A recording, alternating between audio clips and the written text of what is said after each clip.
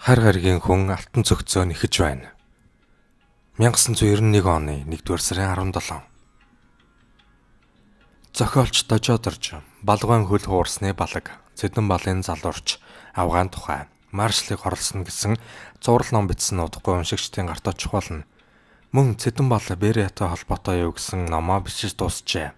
Энэ 7 хоногийн сүүлчээр явагдах телевизийн сонирхолтой нэг нэвтрүүлгээ бэлтгэж байхад нь түүнтэй манай идэвхтэн туяа ярьслах хийснийг уншигч танаа толилуулж байна. Манай сонины уншигчид танд Ер бусын нэгэн загтал ирж үүний мөрөөр шинэ нэвтрүүлэг хийхээр бэлтгэж байгааг чинь сонслоо.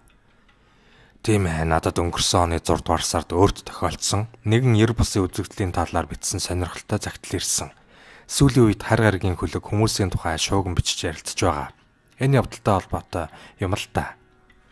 Тэгэхээр иймэрхүү явдалд итгэж болох нэ дээ. Тодорхой хүний хувь зайтай холбоотой юм гэсэн үү?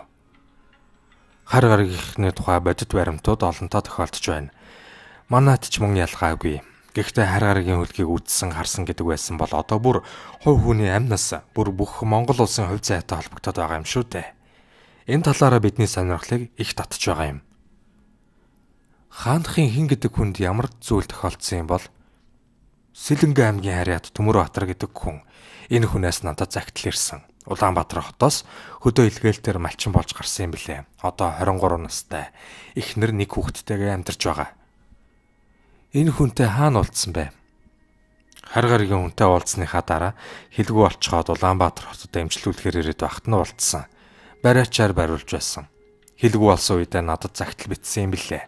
Хар гаригийн хүнтэй уулзсны дараа хэлгүй болсон гэд байгаа.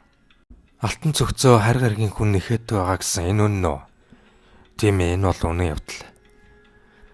Алтан цогцыг хаанаас олсон юм бэ? Энэ залуу хөдөөхээр морьтой давхиж явтал нэгэн юм морины дэлэн дээр шаргалтан гялцаж харагдаад байж.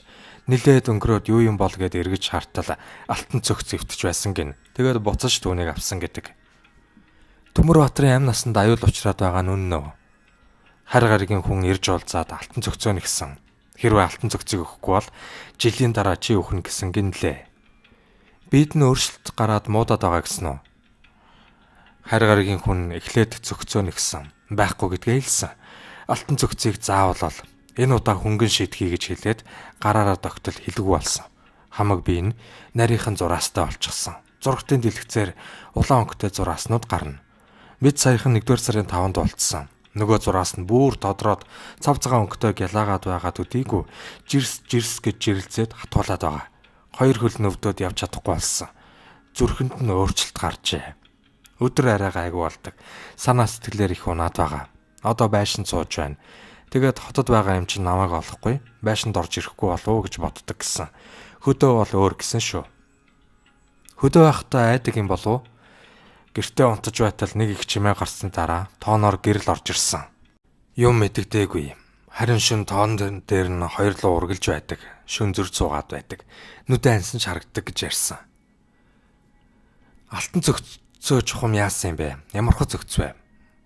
Эргэн тойрон гадуур амсраараа 12 жилийн дүрстэй. Дотор нь луу харагддаг.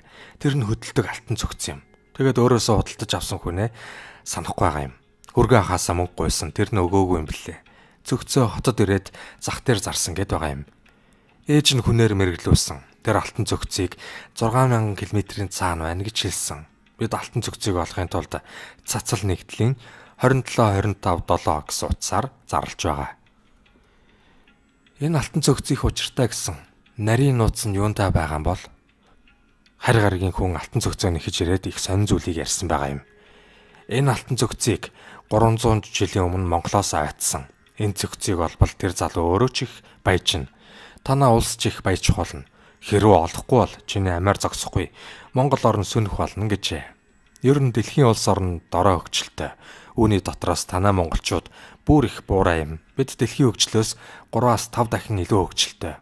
Бидний энэ хөгжил бидний нууцыг тайлах хүртэл та нар их удна гэсэн байна. Алтан цогцны зургийг зорсон уу? Зургийг нь өөрөөр нь яриулаад зураач Баттүлзийгээр зурулсан. Зургийг их ойролцоод зурсан байх. Алтан цогцыг олсон сураг мэдэх хүн байвал бидэнтэй холбоо бариасай. Нэг хүний амь аврах, цаашлбал Монгол улсаа аврах их учиртай хэрэг болоод байна шүү. Энэ цогц заавал Монгол оронд байх ёстой зүйл болоод байгаа юм. Бид энэ талаар 1-р сарын 20-ны ям гарагт Алтан цогцсны эрэлт гэсэн 30 минутын нэвтрүүлэг явуулахаар бэлтгэж байна.